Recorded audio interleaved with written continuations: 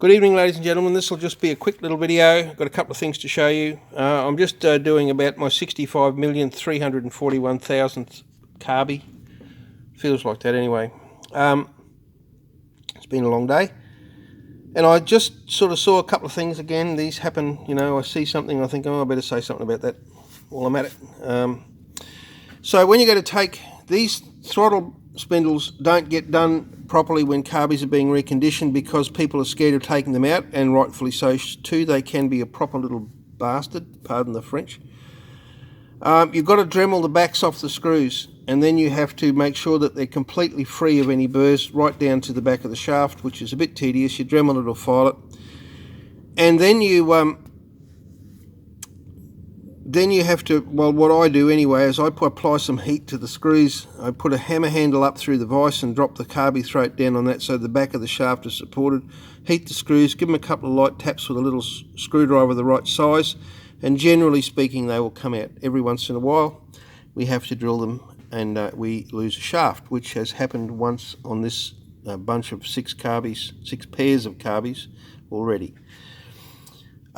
So what am I showing you? Well, when you put the shaft back, it has to go back in. There's an O-ring on here that must be replaced when the shaft wears out.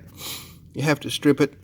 This has to come off, this throttle bracket, to let it out. And what I'm telling you now is that to put the throttle butterfly back into that shaft, it doesn't attach to the shaft, it passes through the shaft, and the holes in the butterfly are actually much bigger than the screw holes, so you've got some wriggle room.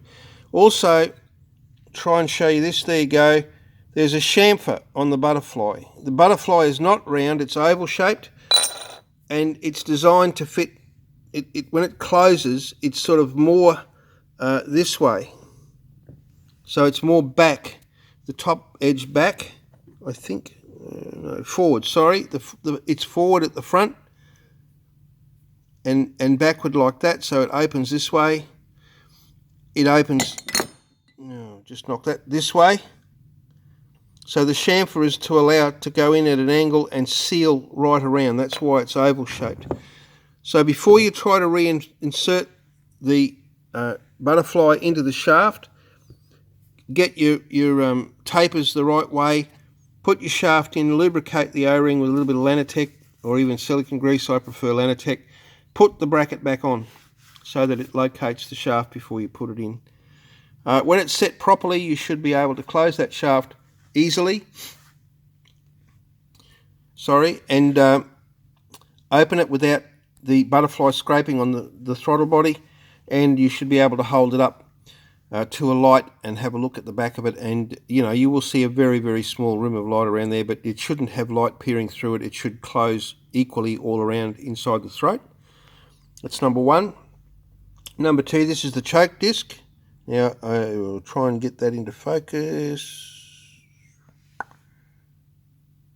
There, can you see that little dot on the right hand side of the end of the shaft?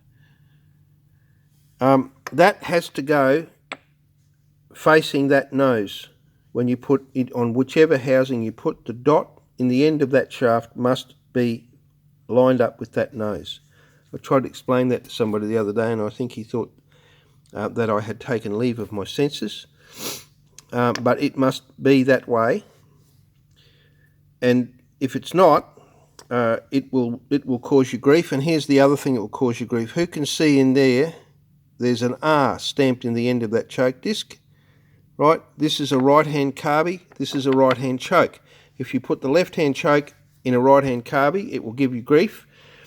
If you put any choke in with the dot not facing that nose, that will give you grief.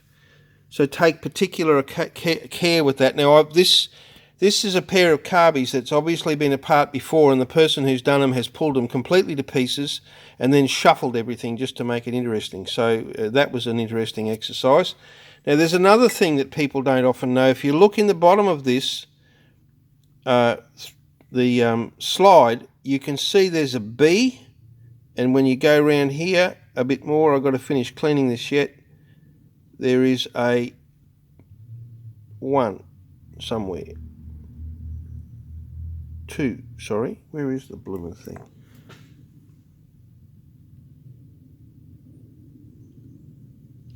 it's I just can't pick it up with the camera, but there it is there, the two. See the two? To the right hand side of the B, that's still got a little bit of dirt and crap on it. I have to clean that a bit more yet. They are handed. B1 is left, B2 is right. This one was swapped around, so make sure when you're pulling your carbies apart, first of all, get something like a $4 box from the big Swedish place that I just can't think of at the moment. Oh, it's been a long day. Or something. Put them in two separate boxes and strip each carbie completely into that box. Keep it in that box until you put it back together again. Work on them separately, not together. And make sure that you have the stamped R or L for the R or L carbie. You can pick it easily because if you hold the part where the butterfly goes to the front and the choke's on the inside, that's where it goes. That's a right hand side carburetor. It's very easy to do. The other thing I wanted to show you is when we take engines apart, we do a number of checks. We plastic gauge the crankshafts and stuff like that. This is having a full rebuild, and you know, there are some times when you can sort of take a chance with these things. You do a crush test on the big end of the conrod, and there is a well-known method of checking the pop-up over here, or the crush in the bearings. On full rebuilds like these, I get them resized. So this conrod has been resized. It's been end for end balanced, so it's been balanced both ends. It's had a new little end bush put in it, and it's been magnafluxed. That's where they pass a magnetic current through with a special powder, and if there's any cracks anywhere in the thing, that powder will be drawn into the crack and show it up.